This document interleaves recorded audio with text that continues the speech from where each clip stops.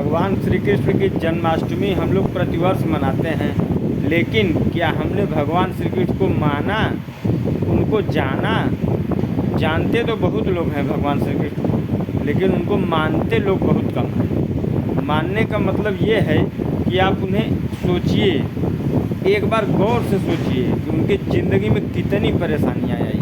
उनका जन्म ही कारागार में हुआ, माता पिता बंदी थे, फिर वो वहाँ से जमुना पार करके पहुँचे यशोदा माता के यहाँ। वहाँ पे उन्हें पूतना माता का रूप बना करके आई और विषपान कराने का प्रयास किया। हर कदम पे उनकी ज़िंदगी में खतरे ही खतरे थे, लेकिन उसके बाद भी वो हमेशा मुस्कुराते हैं, गाय चराते हैं, बंसी बजाते हैं, सबसे बात करते हैं, नटखट लीलाएँ करते हैं। वो एकदम बाल सुलभ चित्रण जो उनके जीवन का है, लगता है कि काश ऐसा सुखमय बाल हमारा भी बीता था, लेकिन ऐसा नहीं हो सकता। वो सुखमय नहीं था। हर क्षणिक सुख के बाद एक भयंकर दुख उनके सामने आता था। इंद्र नाराज़ हो गए कि इसकी चर्चा हो रही है, तो उन्होंने इतनी भयंकर बरसात शुरू कर दी कि पशु पक्षी प्राणी सबको जान बचाना मुश्किल हो गया। उस समय भगवान कृष्ण ने गोवर्धन पर्वत को उठाया और सारे अपने कुटुंब वासियों को लेकर, अपने ग्रामीण गांव वासियों को लेकर पर्वत के नीचे समय बिताने लगे। हमेशा युद्धों से भरा उनका जीवन था। महाभारत में लोग उन्हें छलिया तक कहने लगे कि वो गलत करते हैं, किसी के साथ छल करते हैं, ये करते हैं, वो करते हैं। तमाम दिक्कतें आने के बाद भी वो हार नहीं माने। हर कदम पे युद्ध उनको लड़ना पड़ा।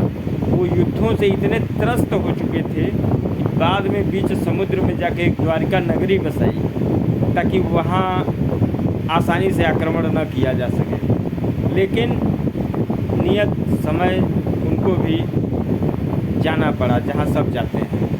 तो लेकिन उनकी सबसे बड़ी बात ये अच्छी लगती है, कहीं से भी मिले दुर्गुण को त्यागिए, सद्गुण को सीखिए। अगर आप उन्हें अच्छा समझते हों तब भी मानिए। कुछ लोग उन्हें चोरों का मुखिया समझ लेते हैं। चोर भी कहते हैं कि भगवान श्री कृष्ण माखन चोर थे। अरे माखन चुराना अलग बात है, लेकिन आप धन संग्रह के लिए चुरा रहे हैं, ये गलत बात है। ये किसी तरह क्षम्य नहीं है। बच्चे किसी की भी थाली में से खाना उठा के खा लेते हैं, कहीं से भी उठा खा लेते हैं, उसे चोरी नहीं माना जाता। लेकिन हमारे कुतर्क शास्त्री यह राय देते हैं, समझाने का प्रयास करते हैं कि भगवान कृष्ण चोर थे, जो कि गलत है। तमाम कहानियाँ भ्रांतियाँ उनके जीवन में जुड़ी हैं, लेकिन अब अच्छाई की एक और खूबी होती है, वो चाहे जहाँ से मिले आपको लेना पड़ेगा और लेते रहिए। लंका विजय के बाद प्रभु श्री राम ने भी अपने छोटे भाई लक्ष्मण जी को रावण के पास भेजा था ज्ञान लेने के लिए, राजनीति का ज्ञान सीखने के लिए।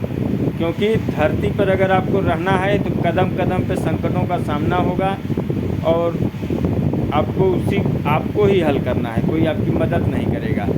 रही बात श्री कृष्ण भगवान की, तो वो जंगलों में भटकते रहे, गाय चराते रहे। वो समृद्ध परिवार के थे, वो चाहते तो बहुत बढ़िया बढ़िया चीज़ें धारण करते, लेकिन वो हमेशा मोर मुकुट धारण करते थे, क्योंकि वो जंगलों में सुलभ था।